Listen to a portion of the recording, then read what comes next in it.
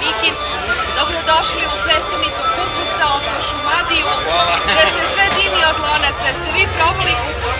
Pa, probam. Izuzetno dobro, ali nastavit ću ovo. Ubiće vas hranom ovde. Ima kupusa, ima pečenja, pogača, sjajnih specijaliteta. To samo dokazuje da su vredni ljudi ovde u Šumadiji. Naravno. Ja sam bio na dijeti nedjelju dana zbog Dana ruske kulture, spremao se ove dane i tako da kažem naporno sam radio, ali danas ću malo odmoriti ovdje. Dobro, pretpostavljam da ćete ispričajmo se poneti jako lepe utiske u ostalom koje svi posetioci koji ovdje dođu. Koliko ste vi u prilici da posećujete slične manifestacije u Srbiji? Znate šta, ja pokušavam da redovno dolazim na takve događaje.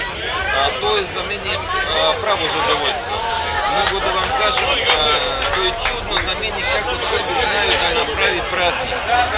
I u nekom smislu mi moramo da naučimo od Srba da pravimo takvi izuzetno dobre praznike.